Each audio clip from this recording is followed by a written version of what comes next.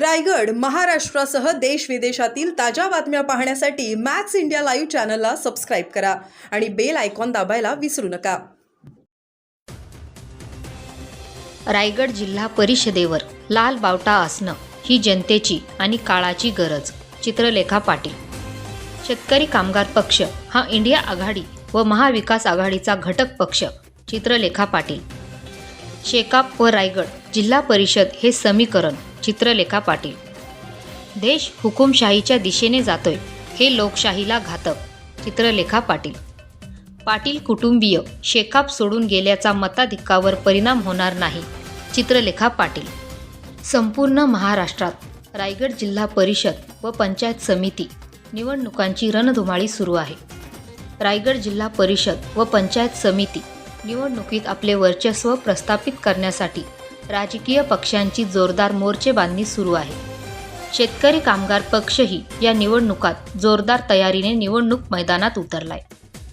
शेतकरी कामगार पक्षाच्या महाराष्ट्र प्रदेश प्रवक्त्या चित्रलेखा पाटील यांनी शेतकरी कामगार पक्ष हा शेतकरी, कष्टकरी, श्रमजीवी, सर्वसामान्य जनता, नागरिकांच्या न्याय हक्कासाठी लढणारा व जनतेचा पक्ष असल्याचे सांगितले. रायगड जिल्हा परिषदेवर लाल बावटा असणं ही जनतेची आणि काळाची गरज असल्याचे चित्रलेखा पाटील यांनी ठासून सांगितलं. शेतकरी कामगार पक्ष हा इंडिया आघाडी व महाविकास आघाडी सोबत आहे. आम्ही या निवडणुकीत तरुण, सुशिक्षित, समाजकार्यात वाहून घेणारे उमेदवार रिंगणात उभे केले आहेत. शेकाप व रायगड जिल्हा परिषद हे समीकरण आहे. लोकाभिमुख जनकल्याणकारी योजना तळागाळात पोहोचवायच्या असतील तर शेकाप जिल्हा परिषदेत सत्तेत हवा आहे. जनता देखील आमच्या पाठीशी उभी राहील. मित्रपक्षांना सोबत घेऊन आम्ही निवडणुकीला सामोरे जात असून या निवडणुकीत जनता शेतकरी कामगार पक्षासोबत ताकदीने उभी राहून आम्हाला चांगलं बहुमत देईल असा विश्वास प्रवक्त्या चित्रलेखा पाटील यांनी व्यक्त केलाय. याचबरोबर पाटील कुटुंबीय शेकाप सोडून भाजपात गेल्याचा आमच्या मताधिक्यावर कोणताही परिणाम होणार नाही असे स्पष्ट मत चित्रलेखा पाटील यांनी मांडले. आज घडीला पाहिल्यास देश हुकुमशाहीच्या दिशेने जातोय हे लोकशाहीला घातक असल्याचं परखड मत चित्रलेखा पाटील यांनी मांडलं. Dhammashil Sawant, news bureau, Raigad. रायगड जिल्हा परिषद आणि पंचायत समिती निवडणुकांची रणधुमाळी सुरू आहे. उमेदवारी अर्ज दाखल केले जात आहेत. शेकापची कशी भूमिका आहे, काय रणनीती आहे या निवडणुकीच्या पार्श्वभूमीवर? शेकाप पक्ष पूर्ण तयारीनिशी या निवडणुकीत उतरली. आम्ही महाविकास आघाडीचा भाग आहोत, इंडिया आघाडीचा भाग आहोत आणि आम्ही बऱ्याच ठिकाणी फॉर्म्स भरलेले आहेत आणि खूप चांगले तरुण उमेदवार आम्ही बऱ्याच ठिकाणी देण्याचा प्रयत्न केलाय. आम्ही ग्रॅज्युएट आणि क्वालिफाईड उमेदवार देण्याचा प्रयत्न केलाय. शेकाप पक्ष आणि जिल्हा परिषद रायगडचे हे एक समीकरण आहे आणि लोकांना, जनतेला माहिती आहे की तळागाळातल्या योजना त्यांच्यापर्यंत पोहोचवायच्या असतील, सर्वसामान्यांचं काम करायचं असेल तर जिल्हा परिषदला शेकापचे प्रतिनिधी हवेच. त्याच्यामुळे आम्हाला पारंपरिक पद्धतीने दरवर्षीप्रमाणे, दर टर्म प्रमाणे आम्हाला चांगला रिस्पॉन्स पंचायत समिती आणि जिल्हा परिषदला मिळणार आहे याबद्दल मी एकदम निश्चित आहे. या ठिकाणी कशा पद्धतीचा अलिबाग असेल किंवा एकूणच जिल्ह्यात आघाडी कशा पद्धतीची आहे सध्या निवडणुकीचं चित्र? ओव्हरऑल आपली महाविकास आघाडी आहे आणि एक्झॅक्ट नंबर ऑफ सीट्स आणि हे आम्ही तुम्हाला 29 तारखेला डिक्लेअर करतो. राष्ट्रवादी पक्ष, अजित पवार पक्ष आपल्या सोबत आहे का कुठे, की भारतीय जनता पार्टी, शिंदे शिवसेना यांची काय स्थिती आहे, कसं बघता? त्यांची स्थिती त्यांच्या नेत्यांना माहिती, पण आमची स्थिती खूप चांगली आहे एवढं मी सांगू शकते. किती जागा येऊ शकतात, काय अंदाज? आता ते बोलणं योग्य नाहीये. मी कॉन्फिडेंट आहे पण ओव्हर कॉन्फिडेंट नाही. पण एक आहे, आम्ही सत्तेसाठी नाही सत्यासाठी लढतो. आमचा पक्ष हा जनतेतनं आलेला पक्ष आहे, जनतेसाठी लढणारा पक्ष आहे.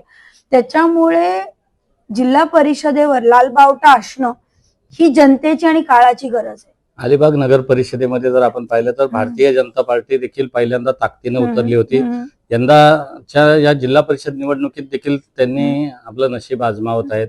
काय सांगाल, कसं समीकरण होईल? सगळीकडेच आपण देशात पाहिलं तर भारतीय जनता पार्टी ही सगळ्याच निवडणुकीत ताकदीने उतरलेले आहेत. प्रधानमंत्री त्यांचे आहेत. त्याच्यामुळे ते राजकारण आहे. प्रत्येकाला अधिकार आहे आपला पक्ष घेऊन उतरायचा. पण आम्ही आमच्या तत्वाशी बांधलेले आहेत, आम्ही आमच्या लोकांशी बांधलेलं, आमचा ग्रुप आमच्या बरोबर आहे आणि आम्ही आमच्या ताकदीने लढणार. भाजप देखील असं म्हणतंय की भाजपचे काही नेते असे म्हणतात की जिल्हा परिषदेवर अध्यक्ष भाजपचा होईल. शिवसेना देखील भगवा फडकवण्याचा या ठिकाणी दावा करते. शेतकरी कामगार पक्ष असा दावा करते का? शेतकरी कामगार पक्ष असे दावे कधीच करत नाही. शेतकरी कामगार पक्ष हा जनतेचा, जनतेसाठीचा पक्ष आहे आणि जनतेचं काम करणारे. आम्ही निवडणूक फक्त जनतेसाठी लढवतोय. आमच्या डोळ्यासमोर एवढंच आहे की आम्ही निवडून गेलो तर अजून जनतेची चांगली कामं कशी करू.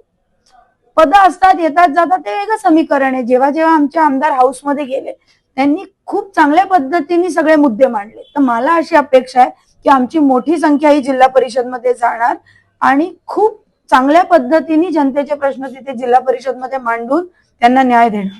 निवडणूक जी आहे ती अतिशय जलद गतीने या ठिकाणी लावण्यात आलेली आहे. त्यामुळं प्रचार प्रसाराच्या कामात किंवा उमेदवार देण्यात इतर वेळेला अतिशय वेळ असल्यामुळे उमेदवार देता येतात. आता उमेदवार चांगले दिलेले आहेत का? कशा पद्धतीनं उमेदवार निवडी प्रसंगी काही वादविवाद किंवा कशा पद्धतीनं कसरत झाली? शेतकरी कामगार पक्ष ही एक केडर बेस्ड पार्टी आहे.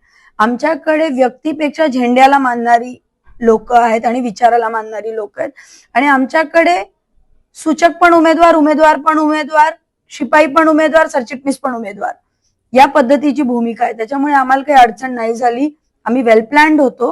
पण हो, लोकशाहीच्या दृष्टीने पाहिलं तर खूप घाईगडबड या निवडणुकीत केली. तुम्ही एक पाहिलं, फॉर्म भरायला खूप कमी दिवस दिले आणि मागे घ्यायला खूप जास्त दिवस दिले.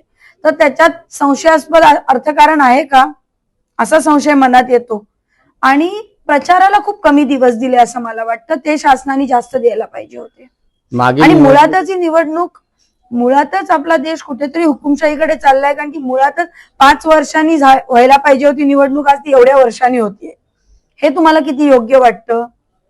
हे लोकशाहीला कुठेतरी चॅलेंज करणारी गोष्ट आहे. मागच्या निवडणुकीमध्ये पाटील कुटुंबीय आपल्या सोबत होते. आता दुफळी निर्माण झालेली आहे. भाजपला ताकद मिळते का? आपल्याला काही फटका बसेल का? शेकापला मतांचं विभागीकरण होईल का? ते आमच्या आमदारकीच्या आधीच गेलेले होते तसं पाहिलं तर. त्याच्यामुळे तो नाही बसणार, फटका नाही बसणार. मतांमध्ये फटका 100% नाही बसणार. परत मी म्हंटल तसं कॅडर बेस्ड पार्टी आहे आणि तुम्ही आमदारकीचे पण आकडेवारी पाहिले तर मला ते असताना पेक्षा जास्ती मतं आमदारकीला मिळालेली आहेत आकड्यात. त्याच्यामुळे तो फटका नक्कीच बसणार नाही असं मला वाटतं.